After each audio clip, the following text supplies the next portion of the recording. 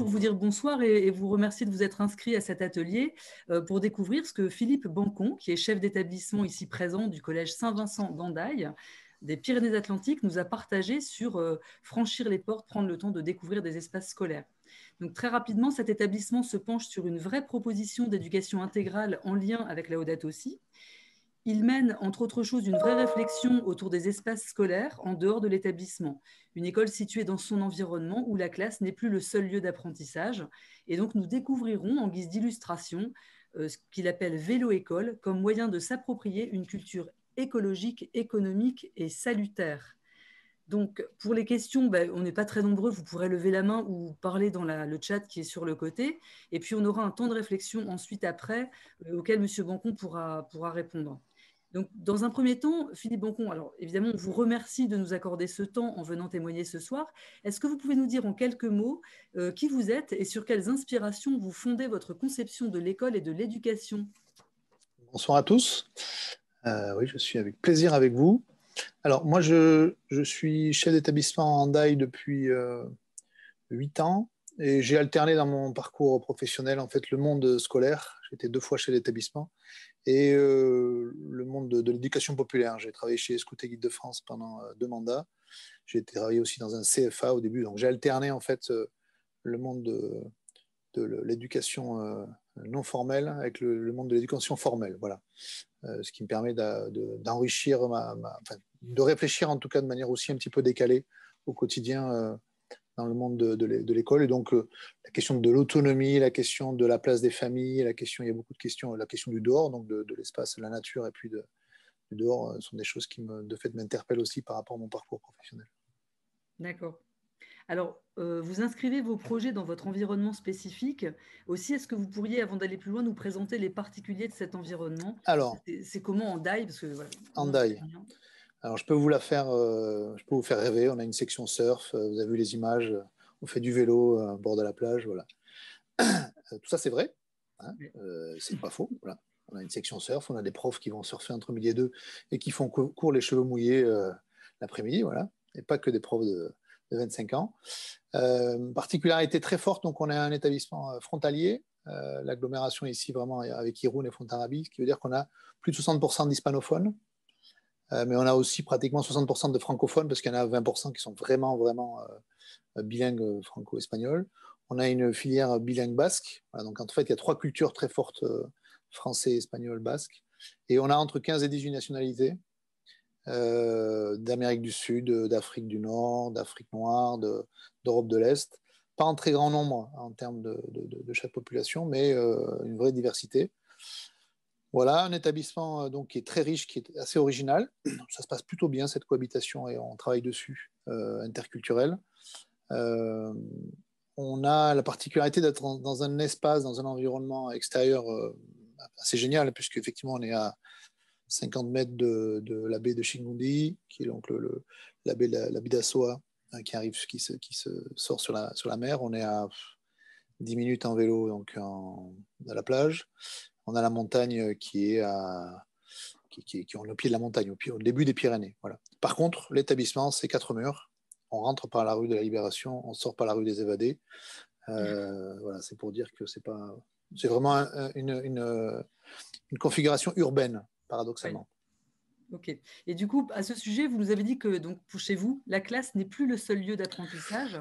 Est-ce que vous pouvez nous préciser rapidement ce que vous entendez par là et comment ça se vit chez vous, ça? Voilà, la question, c'est le temps qu'on utilise. Alors, quand je suis arrivé, déjà, il y avait une équipe qui était assez penchée, enfin, qui sortait assez souvent avec les enfants. Voilà. Donc, moi, j'ai appuyé assez fortement là-dessus.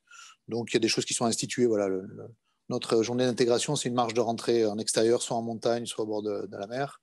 On fait un chemin de croix, c'est en montagne. Voilà, il y a pas mal de choses qui se font assez naturellement et assez régulièrement.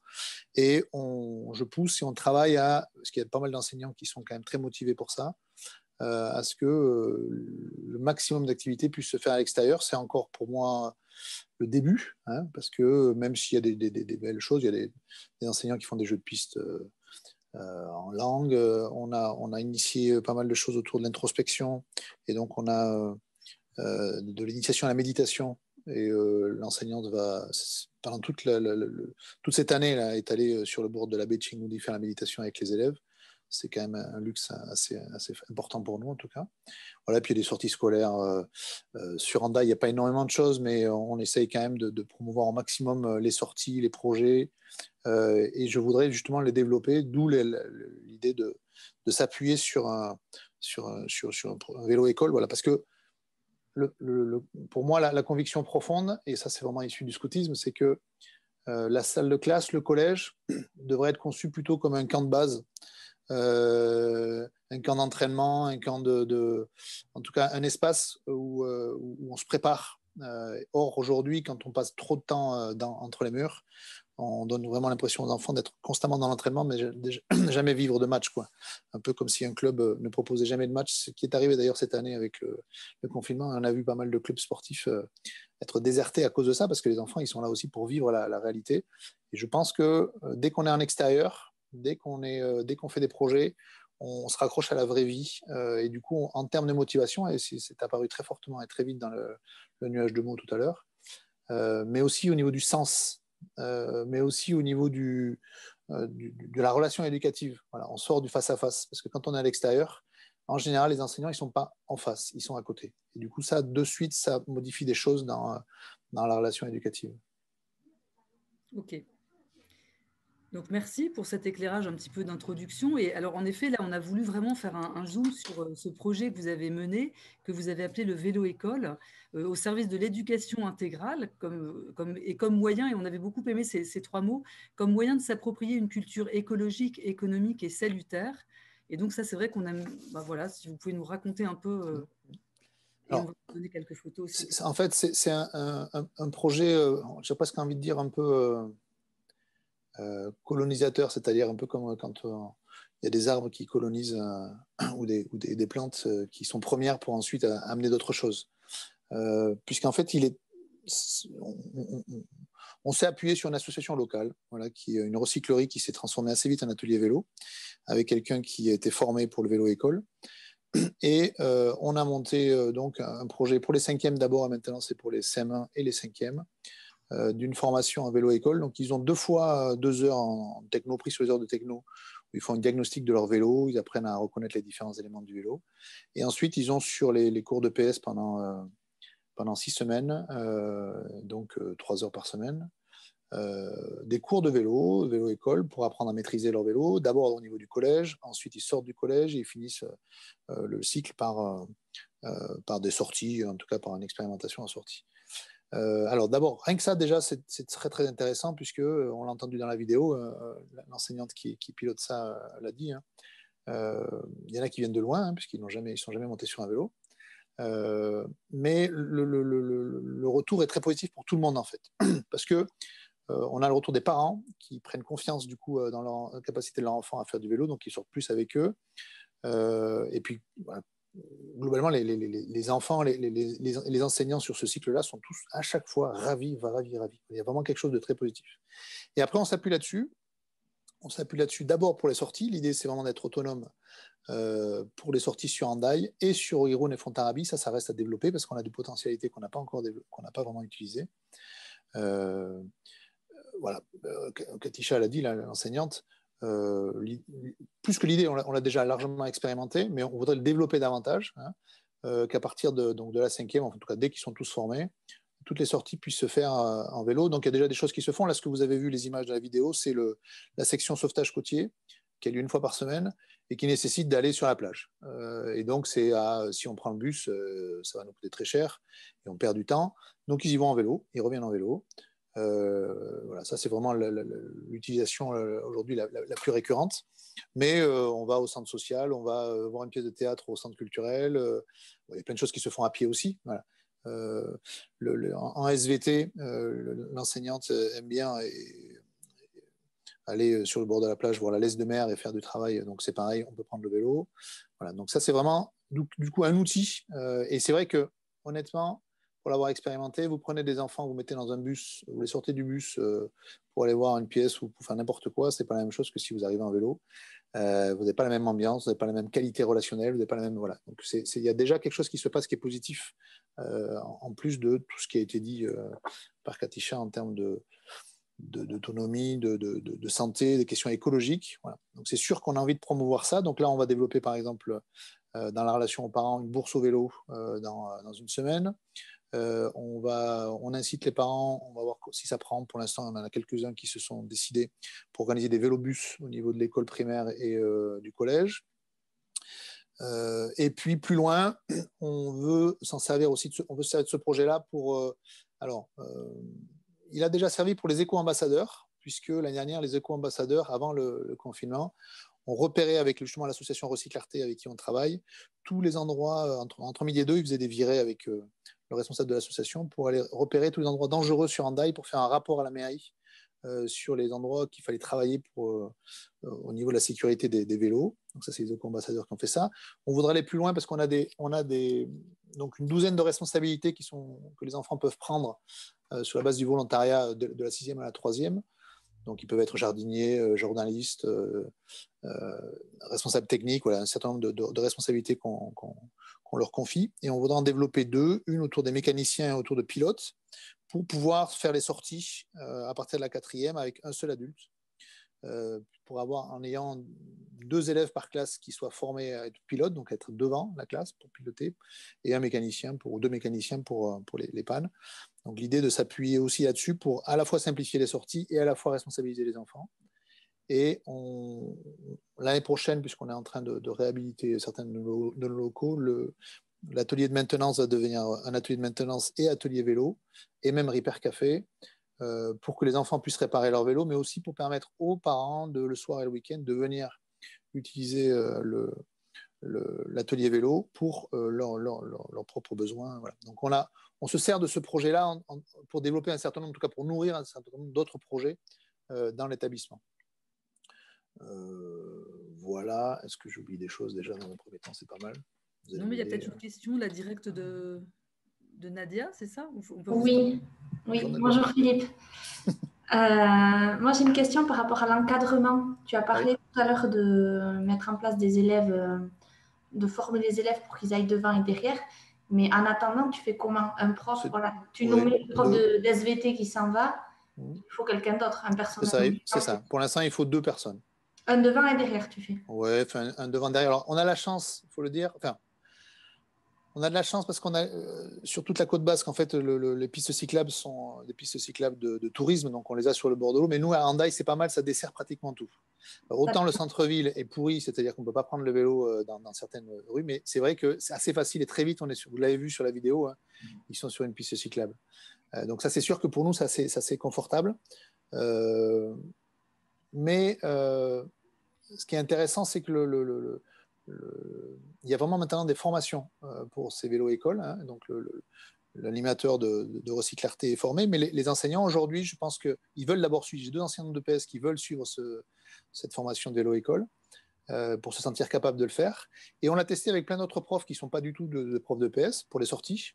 Alors, il faut qu'ils soient un peu à l'aise en vélo. Hein. On ne va pas se cacher que quelqu'un qui ne sait pas bien faire du vélo, il n'a pas trop envie. Mais dans l'équipe, j'ai pratiquement 75% des profs qui sont OK pour partir sans problème, quoi. Et pas du tout, du coup, que les profs de PS. Voilà.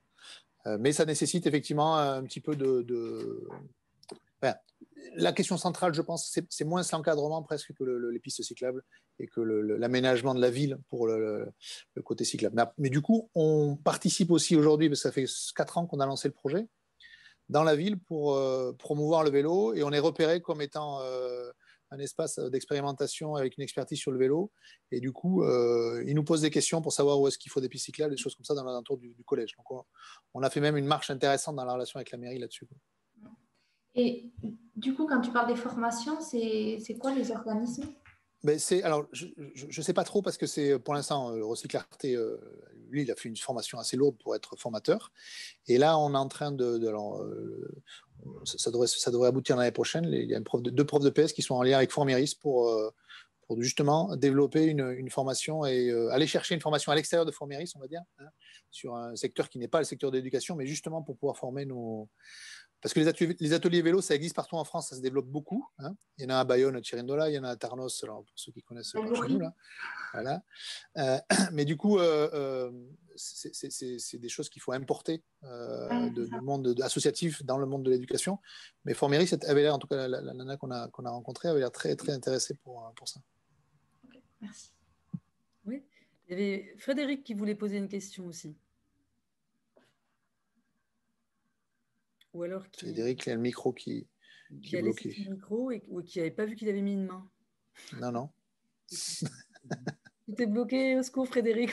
Alors, on peut lui enlever le micro, Frédéric. En attendant, on a une petite réaction de Hervé qui nous dit « Les élèves peuvent suivre la formation Savoir rouler à vélo », qui est en même temps une question. Est-ce qu'Hervé peut préciser sa question pendant que Frédéric se reconnaît? Voilà, j'ai réussi. Alors, à qui le tour? Frédéric. D'accord. Alors, moi, j'ai une petite question. Quand j'étais jeune, en université d'été à Heidelberg, dans une vieille université, et pour apprendre l'allemand, le prof nous emmenait, il y avait un espèce d'amphithéâtre construit en pierre sur plusieurs niveaux. On pouvait se mettre ensemble, un peu peut-être comme ils faisaient les Grecs ou les Romains, j'en sais rien. Et il y avait vraiment un échange qui était extrêmement convivial, qui se prêtait vraiment bien aux apprentissages, et on pouvait vraiment, on était confortable pour le travail. Et je me posais la question, si vous aviez un projet pour, je ne sais pas, bâtir une salle de classe à l'extérieur, avec l'autorisation peut-être de la mairie ou d'un terrain, que sais-je, si c'était quelque chose que vous envisagiez. Alors, moi, j'aimerais. Il y a plusieurs axes en fait derrière ce projet-là, c'est développer les sorties qui sont un peu classiques, mais qui sont en partenariat, qui aident les enfants à rencontrer d'autres personnes, les sorties nature, et effectivement les classes en extérieur. Mais quelque part, j'ai envie de dire, c'est en tout cas pour l'équipe qui aujourd'hui, c'est encore quelque chose qui reste à construire dans leurs convictions. Mais de fait, dans notre configuration, c'est quelque chose qu'il faudrait qu'on fasse parce qu'on n'a absolument pas le moyen de le faire en interne. En interne, on est vraiment à l'étroit. Et je pense en plus de ça qu'on a beaucoup de nous ici de points positifs pour développer ce genre de choses-là. Il faut que maintenant, et c'est pour ça que je voulais mettre en confiance les profs avec un projet vélo comme ça, pour montrer que c'est possible, que c'est pas si compliqué que ça, pour ensuite, parce que à pied, on ne peut pas non plus le périmètre et la perte de temps qu'on a à pied est quand même très rapide. Honnêtement, dès qu'on va plus loin d'un kilomètre, vous avez perdu votre temps, même si vous mettez deux heures à filer. Donc, il faut quand même pouvoir être un petit peu autonome avec les vélos. Donc, cette idée-là, oui, moi, je l'ai en tête. On ne l'a pas encore travaillé. Ça nécessite d'occuper des espaces publics ou en tout cas semi-publics. Ça a du travail, voilà. Mais j'y crois beaucoup. Voilà. Je crois beaucoup qu'il faut qu'on arrive qu'on sorte, pas uniquement d'ailleurs, comme je disais, pour voir des gens, faire des partenariats, découvrir la vie, mais aussi pour être dehors, tout simplement. Donc, de fait, je suis d'accord avec ce que tu dis là. Parce que moi, j'avais voulu suivre une formation, mais le Covid l'a interrompu. Le Brain Gym, ça parle justement de l'efficacité du physique pour l'intelligence, en fait. Ah oui. Boire un verre d'eau, effectivement, s'oxygéner, on apprend mieux. Ah, j'en suis convaincu. Et c'est pour ça que le projet vélo est tout simple, mais quand on arrive sur le lieu du théâtre, par exemple, ou de n'importe quoi en vélo, c'est 10 fois mieux qu'en bus. Mais c'est quand même c'est très impressionnant. Enfin, honnêtement, quand on prend une classe de 5e ou de 4e un peu énervée dans un bus, quand vous les sortez du bus, vous ne les retrouvez pas génial, quoi. En vélo, ça change tout, quoi. Vraiment. Voilà. Merci. On va revenir avec Hervé qui avait une petite remarque sur la formation des élèves. Hervé, est-ce que vous pouvez, si vous le souhaitez, développer? Hervé, nous n'avons pas votre micro. Attends. Vous m'entendez? Oui, très bien. Ah, ça y est, pardon, j'avais coupé mon micro. Oui, il y a un dispositif qui s'appelle Savoir rouler à vélo qui a été mis en place là depuis le mois de juillet 2020, qui est peut-être plus à destination des enfants du primaire, mais qui justement consiste à développer chez les enfants l'apprentissage du vélo et l'apprentissage sur savoir rouler à vélo sur la voie publique, donc en autonomie. Complètement. Et donc, je ne sais pas si les uns et les autres vous connaissez ça, mais c'est quelque chose qui, en tout cas, qui est ici en Bretagne, c'est quelque chose que l'on souhaite développer. Et pour pouvoir justement pas simplement apprendre à faire du vélo, mais aussi se déplacer, aller vers les déplacements plus autonomes, ce que vous mettez en place après. Le contenu est exactement ce qui est fait chez nous. Hein. J'ai regardé effectivement ces étapes là, c'est un peu un cadrage des apprentissages qui peut être fait par rapport à ça, par rapport au vélo. Moi, j'ai l'impression, en tout cas moi c'est une conviction, mais je pense que j'ai l'impression qu'elle commence à sortir, que le savoir nager est partagé comme un passage obligé partout en France, et que le savoir faire du vélo commence à gagner en puissance pour être un petit peu au même niveau. Voilà. En tout cas, pour témoignage, hein, ici, la mairie d'Hendaye paye les associations de surf, de voile et de je ne sais plus quoi, pour que les CM1, les CM2 puissent avoir un cycle voile, un cycle surf dans l'année. On a réussi, nous, en insistant un peu, à ce que maintenant le vélo fasse partie, ce qui nous paraît quand même un peu une urgence, plus urgent en tout cas que d'apprendre à faire du surf et de la voile, même si c'est très bien aussi, que ce soit payé par la mairie, que du coup les enfants dans les écoles, voilà. Donc on a réussi à passer une marche, et il n'y a pas que le collège Saint-Vincent et l'école Saint-Vincent qui du coup font ça aujourd'hui, c'est aussi à disposition des écoles publiques. Et je pense que la pandémie qu'on a traversée, qu'on traverse, a mis le vélo en avant. On voit bien comment on en parle très souvent, et que nos établissements scolaires vont être appelés à bouger par rapport à ça. Voilà. Et que la question de la piscine est très présente en CP et en 6e et en primaire. Et voilà, le vélo, à mon avis, va suivre. En tout cas, il faut, à mon avis. On a cette question, Philippe, qui est peut-être un petit peu en lien. On nous demande si les élèves utilisent de leur propre vélo ou une flotte de vélos. Et comme vous êtes sur les... Ouais, je n'ai pas dit ça, oui. Alors en fait, nous, on a un rayonnement, comme beaucoup d'établissements cathos, qui est assez grand. Donc il y en a quand même beaucoup qui ne peuvent pas venir en vélo, ou voire qui n'en ont pas. Donc on a investi, mais là, c'est ça qui est super, dans une flotte de vélos avec Recyclarté. Comme c'est un atelier vélo, ils vendent des vélos d'occasion qui ont été remis en état pour 80 €. Donc vous faites une flotte à 1000, 1500 € de 15 vélos, 15-20 vélos. Voilà, donc on va même la compléter, parce que là c'est plutôt des vélos pour les collèges et on va avoir besoin pour les primaires. Voilà. Mais effectivement, il y a besoin de ça. En tout cas, il y a besoin d'investir.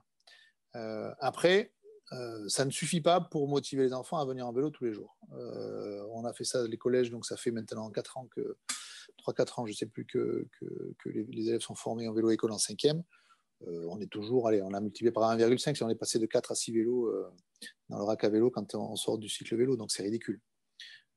Donc on a besoin de travailler sur d'autres champs et de faire d'autres choses pour aussi aider les parents à accepter. Alors moi, je vends la question du vélo aux parents sur plein de domaines. Hein. La question de fait écologique, la question de l'autonomie, voilà, la question de l'économie, ça évite de prendre la voiture tous les jours, mais aussi la question de la sécurité. Ici, à 14 ans, 15 ans, il y a beaucoup d'enfants qui ont un scooter, parce que l'habitat est très étalé. Or, la majorité des enfants maintenant passent directement de la voiture ou du bus au scooter, sans passer par la phase vélo pendant 1, 2, 3, 4 ans pour négocier la route. Voilà. Je pense que c'est, du coup, mettre en danger les enfants. Et je milite pour que les enfants puissent apprivoiser la route petit à petit, de la 6e à la 3e, quitte même à avoir un vélo électrique pour être un peu plus autonome. Et là-dessus, on voudrait aussi développer des partenariats avec des loueurs de vélos électriques pour pouvoir mettre à disposition auprès des parents des vélos électriques pour les enfants en location à la semaine, justement pour élargir le cercle des enfants qui peuvent venir en vélo, parce que voilà, le Pays Basque, c'est très beau, mais par contre, il n'y a pas de plat. Il n'y a que des côtes qui sont des descentes, mais qui sont aussi des côtes. Voilà. Alors là, nous avons une question qui va peut-être pas seulement nous éloigner du projet vélo, puisqu'il va être quand même au cœur de ce que vous allez nous dire, Philippe, mais une question un peu plus générale sur les démarches et la pédagogie de projet partagée peut-être avec une question par une majorité de vos enseignants. Donc démarche, pédagogie de projet et majorité d'enseignants. Voilà les mots-clés de cette question. Oui. Alors, on a la chance d'être un petit collège déjà. Donc, ça veut dire qu'il y a 25 enseignants au collège. Donc, on a vraiment un travail collaboratif et collectif qui est assez serré. On moi, j'ai mis en place un fonctionnement qui fait que chaque enseignant qui le souhaite, c'est-à-dire qu'on est pratiquement aujourd'hui à 70% des enseignants, ont une responsabilité dans l'établissement qui n'est pas liée à leur matière, qui est un peu transversale, pour les enfants à besoins éducatifs particuliers, pour la méditation, pour les iPads, enfin pour plein de choses. Voilà. Donc il y a une culture déjà de prise de responsabilité. Voilà. Et donc les enseignants viennent ici aussi parce qu'on n'est pas... c'est pas un gros établissement, et donc il y avait déjà cette culture d'avoir envie de sortir, voilà, de faire des choses un peu décalées. On la cultive. Il y a des enseignants qui sont partis se former à la pédagogie coopérative. C'est pas assez pour moi encore, hein, mais je pense qu'on a commencé aussi par une opportunité, par ce projet vélo, pour encore une fois installer des moyens qui ouvrent des possibles. Voilà.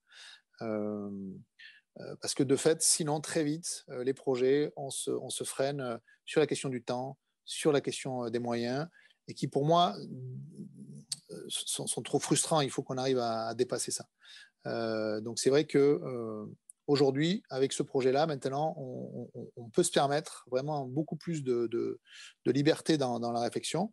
Et l'équipe, moi, ma politique, en tout cas sur ce projet-là, c'est vraiment de m'appuyer sur ceux qui sont motivés. On ne va pas forcer ceux qui sont pas à l'aise par rapport à ça. Et ça marche plutôt bien à partir du moment où les gens se sentent libres. Ça suit, voilà. Je ne sais pas si je réponds vraiment à la question.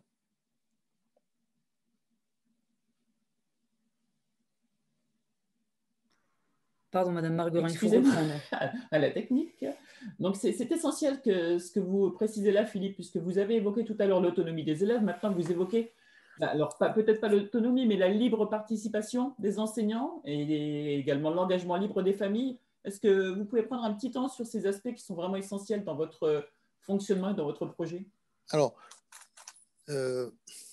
premièrement, moi, dans ma conviction, je dirais, de pilotage de l'établissement, je crois qu'à la diversité des situations des enfants, il faut impérativement assumer une diversité des propositions et du coup des expertises des enseignants et du personnel.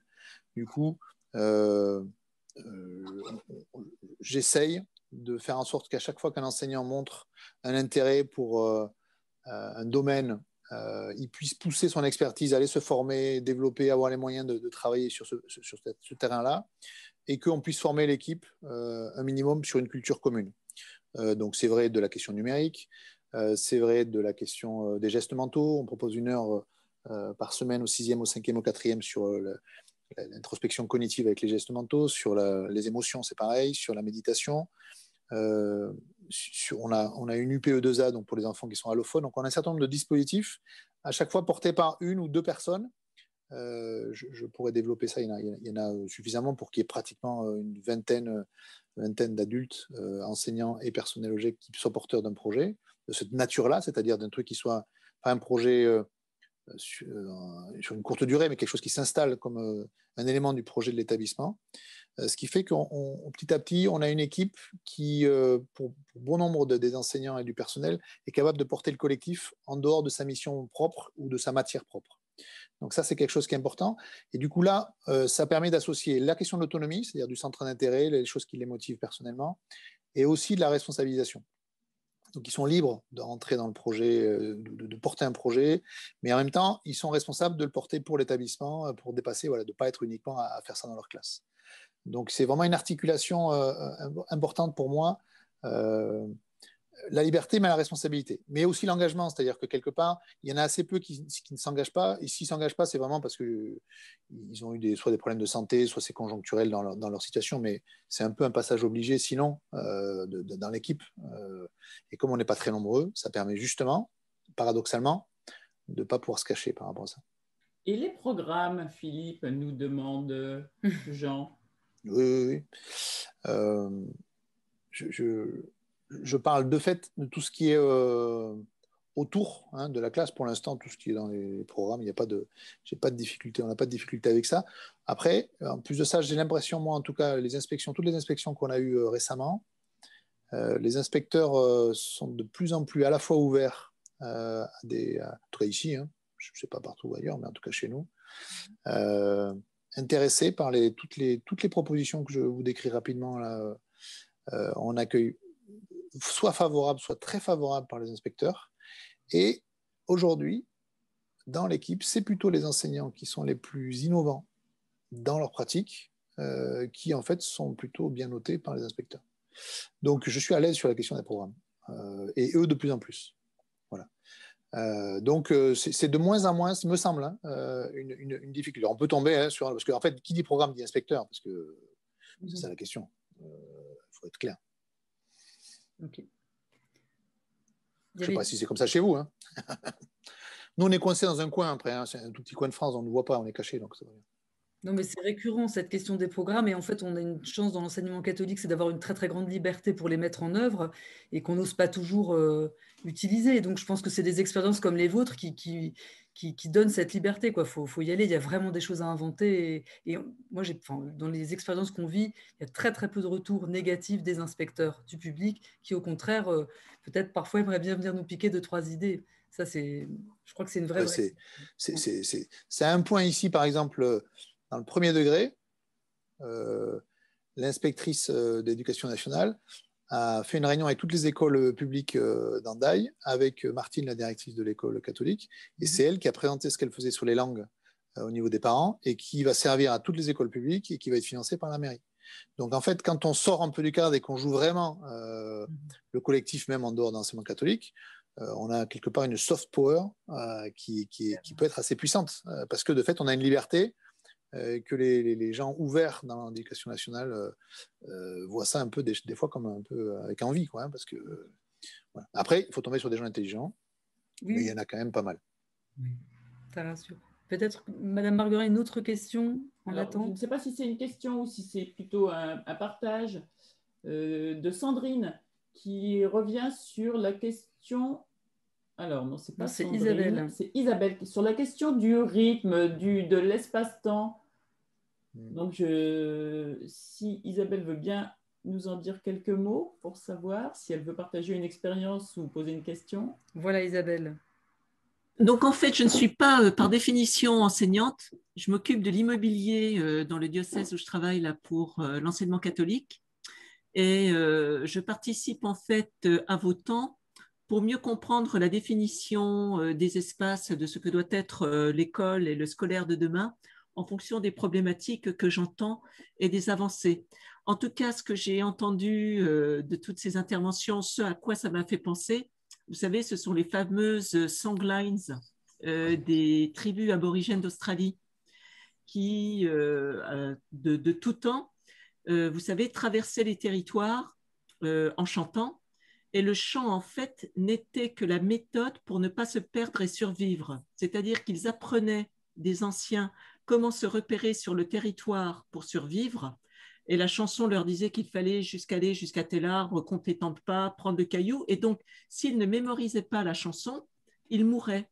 Et je crois qu'il faut entendre dans la question traitée de l'espace, moi ça me fait vraiment écho, en disant que le déplacement peut être une forme d'apprentissage qui va vraiment jusqu'à une vitalité réelle à réveiller et qui devient une lecture finalement beaucoup plus pratique et intégrée dans le corps du monde. Voilà, c'est ce que les bâtiments vont en tenir compte. Voilà.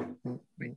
Ça parle bien, ça. Le temps passe vraiment à la vitesse de la lumière. Donc, Frédéric, je te laisse clore le... Voilà, donc, on nous laisse 30 secondes. Donc, non pas pour conclure, ça va être très, très rapide, mais simplement pour vous renvoyer, alors après avoir rejoint la grande salle ou après cette soirée, sur une note d'étonnement qui va pouvoir alimenter la suite des programmes, des activités pour chacun de nos intervenants.